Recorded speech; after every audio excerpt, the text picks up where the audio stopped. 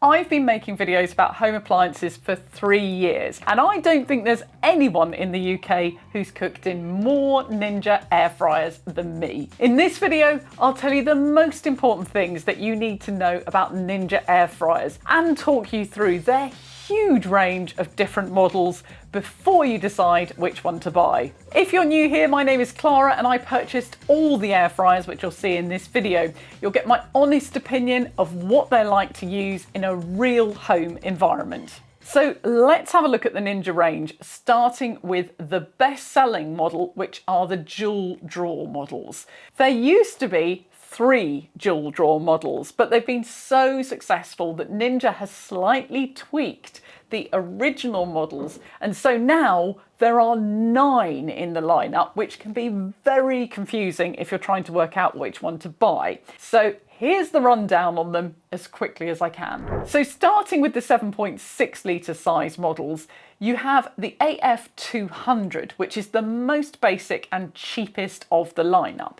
It only has 4 cooking settings, so it doesn't have bake or dehydrate, but it does have match and sync like the more expensive models. Those settings enable you to duplicate the settings from one drawer to another, or to set both drawers up to finish at the same time. Next, you have the AF300, which was the original 7.6 litre model, which has been around for several years and has all 6 settings. Then you have the DZ300, which is the modernised version of the AF300. Same settings, same options, slightly different colour, but very similar, and has the same membrane control panel as the AF300 and the AF200.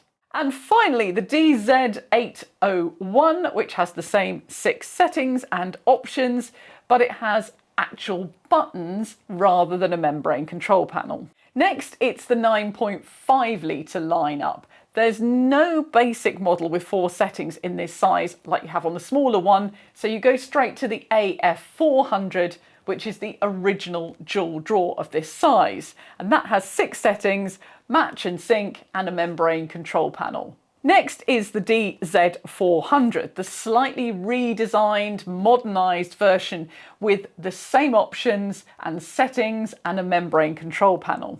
Then there's the DZ901. Same settings as the last 2 models, but it has actual physical buttons rather than the membrane control panel. And finally, the AF451 and the DZ950, which have 6 settings and a built-in temperature probe. The AF451 is the original and the DZ950 is the redesigned version with buttons. Despite their minor differences, the dual drawers are all pretty similar to use. The compartments for each drawer are completely separate with a dividing wall between the two, and each has their own heating element and fan.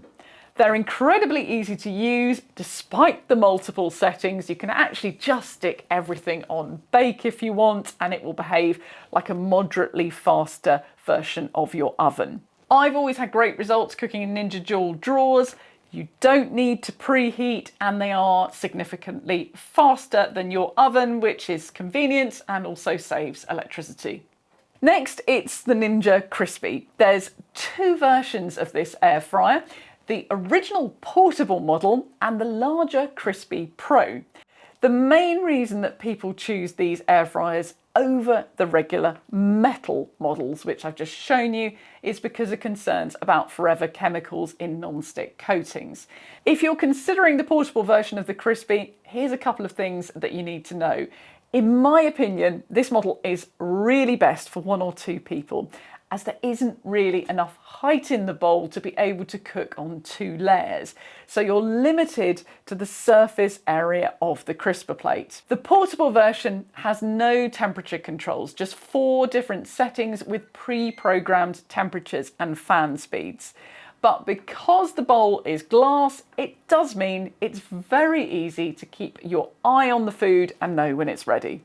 One downside is that the design of the Crispi Portable means every time you use it, you will have to lift the heat pod on and off, and that is the heaviest part of the appliance, weighing just over 2 kilograms. Now that's not going to be a problem for everyone, but it is still worth mentioning. Ninjas say it's safe to put the heat pod directly on your worktop, but I've actually bought a protective silicone mat for mine just to be doubly safe. When it comes to cooking, the Crispi really excels at top-down heat and cooking small items like fries or nuggets. It's less good at large, dense food, which tends to cook on the outside before the middle is cooked through. In fact, ninjas say that if you're cooking something like a pasta bake, which you've had chilling in a bowl in the fridge, you need to microwave it first before using the Crispi to finish the top. The newer version of the Crispi is the Crispi Pro, which does have temperature controls, and it also comes with a much larger bowl to cook in. But the crisper plate is actually still the same size as it is in the larger bowl of the Crispi Portable. So there's no increase in the surface area to cook on. The only difference is in the volume of the bowl. So I think the Crispi is a great option for caravans and travel when you are cooking very simple dishes like cheese on toast, sausage and chips. But I don't think either models are as versatile for everyday use for families as the original dual basket models are. So 2 ranges down, I've got a few more still to come. If this has been helpful so far, please do hit the thumbs up and don't forget to subscribe to see more videos about home appliances. Now on to the double stack. Like the dual drawer air fryers that I mentioned earlier, the drawer compartments on this model are completely independent with their own fan and heating element. The SL300 is 7.6 litres and the SL400 and SL451 are both 9.5 litres, but the SL451 has a built-in temperature probe.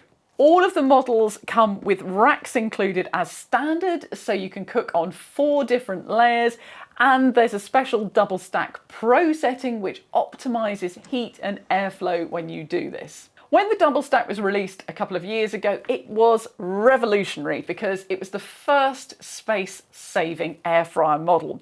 But having the heating elements and fan at the back rather than overhead does mean it takes slightly longer to cook than a dual drawer model, and you have to shake your food more often to ensure an even cook. But I think it's a small trade-off for the worktop space that it saves, and it is still a really good option for families with small kitchens. As with the dual drawer model, if you're a family, go for the larger of the 2 models. There's very little difference in the space that they take up on the worktop, but I think you'll be glad of the extra capacity. Now, of course, it isn't all about families. Ninja do also make a variety of single drawer air fryers too, which are perfect for one person or a couple. Again, there is a choice of size, in this case 4.7 litre or 6.2 litres. Single drawers are really neat on the worktop and are best suited for using in combination with cooking on the hob.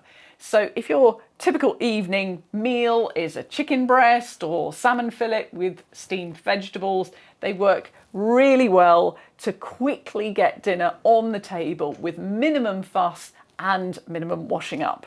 Ninja also make an air fryer which has one large drawer which can be divided into 2 separate compartments. This model is called the Flexdrawer. Now, whilst the Flexdrawer might seem like it's the best of both worlds, it does have some compromises. Having a divider isn't as efficient as having 2 completely separate cooking compartments like you have on the dual drawer models. You do get heat bleed between the 2 zones, so you have less control over the temperatures in the different halves of the drawer. In addition to that, if you want to shake the contents of one half of the drawer, you of course have to shake the whole drawer, which isn't always ideal. And the drawer itself is larger than some kitchen sinks, which can make it a little bit tricky to wash up. So with the Flexdrawer, the most important question you have to ask yourself is whether you really need the space of the big drawer, or whether you'll actually only use it occasionally, because if that's the case, you may be better off with a dual drawer model for every day, backed up by knowing you can use your oven if you need to do bigger quantities. Your final option for a Ninja air fryer isn't actually an air fryer at all, but it's still worth a quick mention. Ninja make a variety of multi-cookers like the Speedy or the Combi. Multi-cookers allow you to do everything that you can do in an air fryer, but you can also cook liquid-based dishes in them, like stews or steamed vegetables, or you can do both at once, which is a combi meal where you combine steam and air frying. The Speedy and the Combi both have 12 different functions, and they're really good for people who want an all-in-one cooking solution. But of course, it is only one cooking space, so it doesn't have the full flexibility the dual drawer model would offer. So I'm going to drop links to all of my Ninja review videos in the description below if you want to find out more about particular models, along with links to purchase all of these models, which really helps support this channel. If you've got any questions, please leave them in the comments and don't forget to subscribe.